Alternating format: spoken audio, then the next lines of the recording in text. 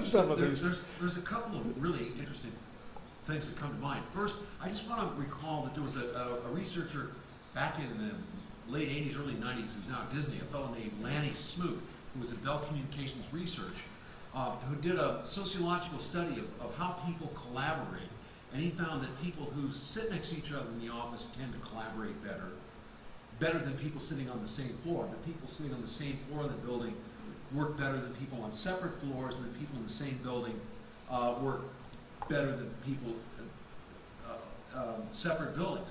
And so he built one of the very, very first casual telepresence systems where he took two coffee areas in two buildings and made it possible for people in different places to just casually interact.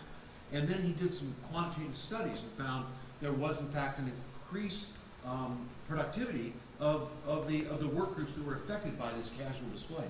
So I want to just... They were all fully dressed when they came to the casual area. Yeah. Yeah. Then there's the other kind of aspect of this continuous telepresence is that I've heard many anecdotes now of people who turn on Skype video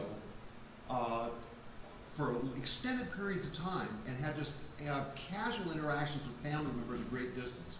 In fact, we talked to a Skype executive who told me he got a flat screen display installed in his parents' dining room in France, and then he had one in their kitchen in California. So on Sunday mornings they would have a brunch in California and his parents would have their dinner in France, and they often left it on for hours at a time. And so we're seeing incidents like this in many, many different circumstances. Let me